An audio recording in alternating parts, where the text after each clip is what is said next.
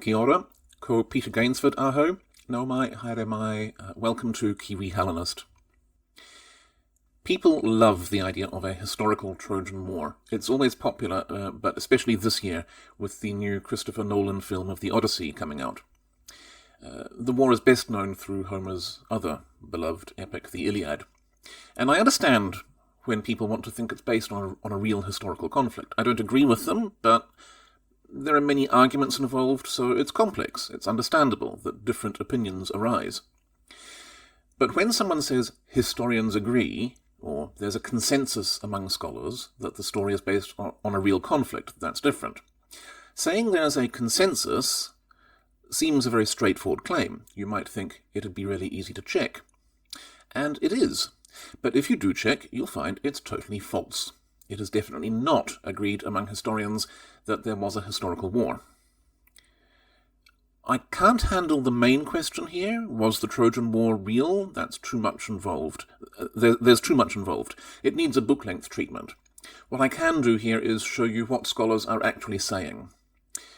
Here I'll focus on the narrower question. What is the consensus among historians in the 21st century? The thing that prompted me to make this video was a recent Reddit thread. Not a popular thread, and it's full of misinformation, but it was this bit that caught my attention. Almost all historians agree there was a conflict of sorts. I read this and I thought, how is it even possible for someone to think that? And the weird thing is they're not alone in thinking that. Here's a book review from a few years back.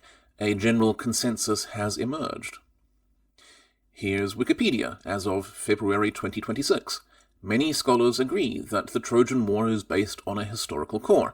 The word many does a lot of work there. It's supposed to sound like it means most scholars agree, when what it really means is more than 3 scholars agree. Here's a National Geographic article from 2004 when the film Troy came out. Most scholars agree that the Trojan War indeed happened. This is a handy one because this article suggests a couple of possible reasons why people might believe this blatantly false claim. First, as you read the article, it becomes clear that they consulted exactly one scholar, and that scholar was Eric Klein. And Klein is one of the handful of scholars who do argue for a historical Trojan War. There are problems with his arguments, but the important point is he's just one person. He's not representative, and when other people disagree with him about this, he's not in the habit of mentioning it. Second, notice they also talk about whether the city is real, and this is a widespread tendency to equate the reality of the city with the reality of the story. That doesn't follow, of course. By that reasoning, you would argue that New York is real, therefore Spider-Man must be real. The reality of the city comes into it because of an incredibly widespread myth that there was a time, supposedly, when historians believed Troy the city was fictional. That's bogus too. The myth grew up around Heinrich Schliemann, the con man who conducted a self-promotion campaign to sensationalize the Bronze Age site that he dynamited in the 1870s. In reality, no one thought Troy was a fictional city. There was a question over its location, but even that was just for a short period.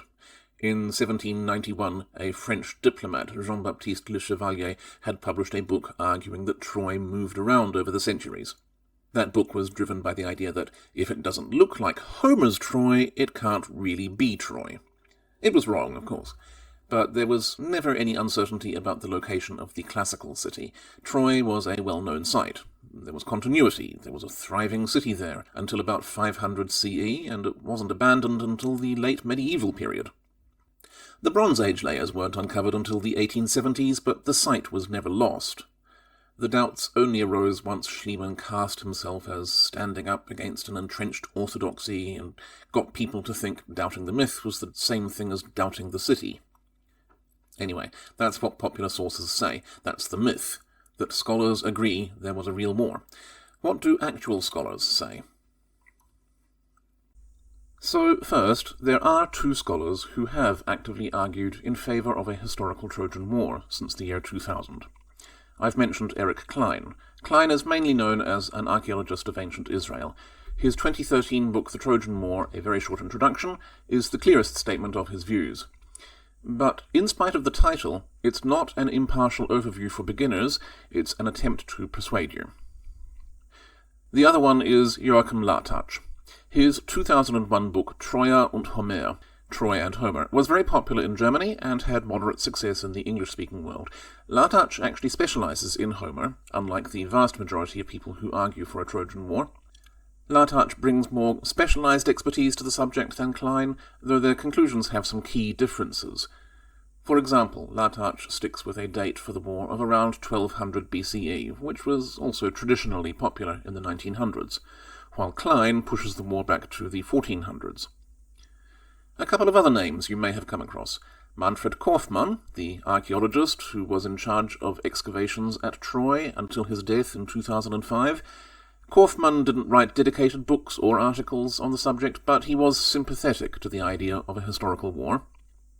And Barry Strauss, a writer of popular history.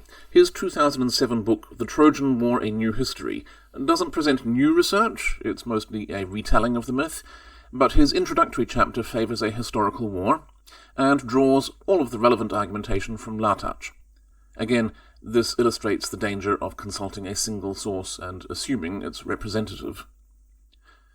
The upshot is Klein and Lartach are the two scholars in recent times that argue for a historical conflict, and there are a few others who lean towards a historical war. But most of them don't write about it much, like Korfmann. Or, when they do, they accurately represent what scholarly opinion looks like. Klein and Lartach are the only ones who have made dedicated arguments on the subject, based on primary evidence. The fact is, most scholars just don't talk about a historical Trojan War. Of the ones who do, I'll cover things written since the year 2000. Here's the Irish scholar J.V. Luce, writing in 2003. Luce did like to think that there was a historical war, but he's honest about the state of evidence. The strongest statement he's willing to make is, there is nothing inherently improbable about a war. Not, we have compelling evidence for it, just, it's possible. So, why not? And that's coming from a believer. Other scholars are much more sceptical. Wolfgang Kuhlmann wrote a review in 2001 on Lartach's book Troy and Homer. Kuhlmann is another Homer scholar.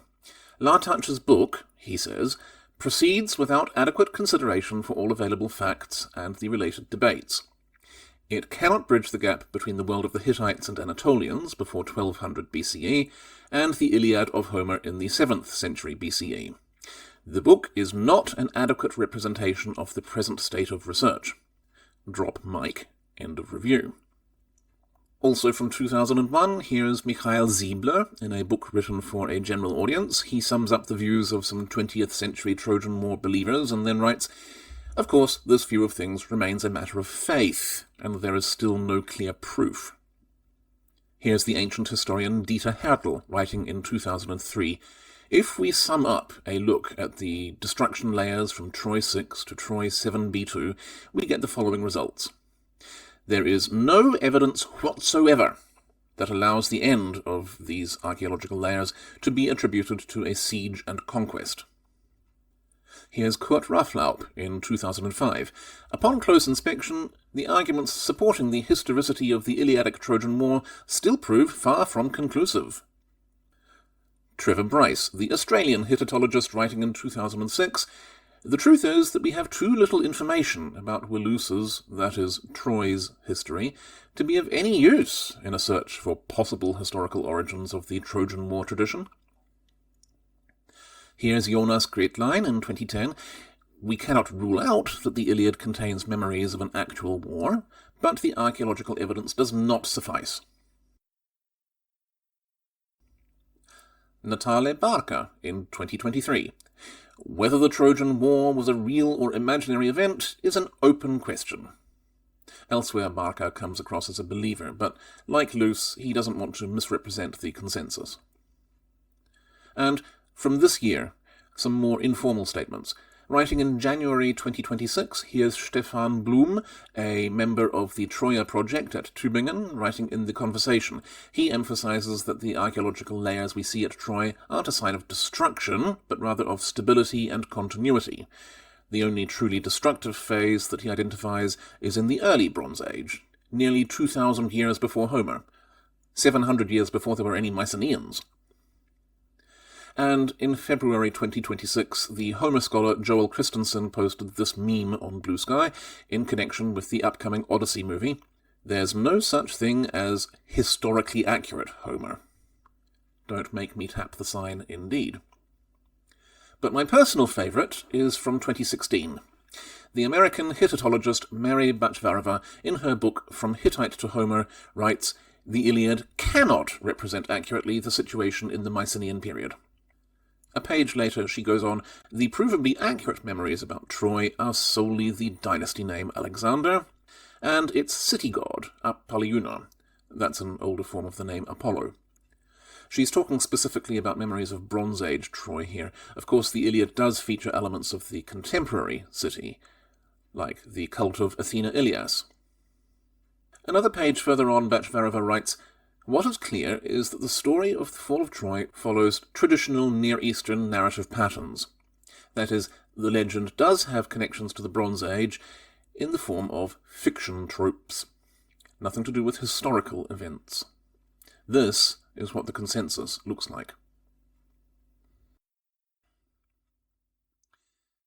There is a consensus on a number of related points. It's universally agreed that the citadel of classical Troy is correctly identified. I mean, we've got continuity, we've got coins and inscriptions and geographical sources telling us where it was. There's also a consensus that the Bronze Age site was the city known to the Hittites as Wilusha, an older form of Ilion. There's more or less a consensus that the name Achiawa in Hittite sources refers to somewhere in the Greek world, though there's no agreement on where exactly. And there is a consensus that some poetic phrases in the Iliad are extremely ancient. In fact, a few are prehistoric. We don't have any that are specifically Mycenaean, though. In other areas, there is a consensus, but probably not the one you were expecting. For example, there is a boar's tusk helmet, described in one passage in the Iliad, often thought to be a memory of Mycenaean gear, 15th century Mycenaean gear, mind, though in some places boar's tusk helmets were produced as late as the 9th century. There's almost universal consensus on this, and the consensus is it's an interpolation. This entire book of the epic wasn't part of the Iliad tradition. Book 10 was composed quite late, and probably didn't get inserted into the Iliad before 600 BCE. As a result, first, this helmet cannot possibly have any bearing on the historicity of the Iliad as a whole, and second, the fact that it's late means that it must be a description of a contemporary heirloom, certainly not a chunk of Mycenaean poetry. Then there's a bronze sword that was found in 1991 at the Hittite capital Hattusha. Klein argues that it's a Greek Mycenaean sword, and this shows that Greek soldiers were fighting in western Anatolia in the late Bronze Age. There is a consensus on this sword, and the consensus is it isn't Greek, it's Anatolian, nothing to do with Mycenaeans. And this consensus was reached a decade before Klein's book came out. But in many other areas there isn't a consensus. With military equipment described in the Iliad, there's disagreement on how to date each item. There's disagreement on what to make of the fact that swords in Homer are made of bronze. Though, by the way, I should mention in Homer it's only prestige items that are made of prestige materials, like bronze. Everyday tools, like axes and ploughs, are made of iron. There's disagreement over Hittite documentary sources, whether some names that we see there are Greek or not, and whether they had anything to do with Troy or not. There's disagreement over the Homeric tradition and how old the metrical formulaic system is. This book by Doug Howe, for example, argues that the ionic elements of the formulaic system must be a very recent development, later than 800 BCE. There's a lot more I'd like to say, so many points to cover, but we're focusing on where the consensus lies. What scholars say is easy to check, and what they say is that we don't have evidence. to suggest there was a historical Trojan War. As a result, most scholars lean heavily away from a historical war, very heavily in some cases. There is a small minority who believe in it, but that isn't because of evidence that's widely accepted. As Mikhail Ziebler put it, it's a matter of faith. And that is the real state of affairs.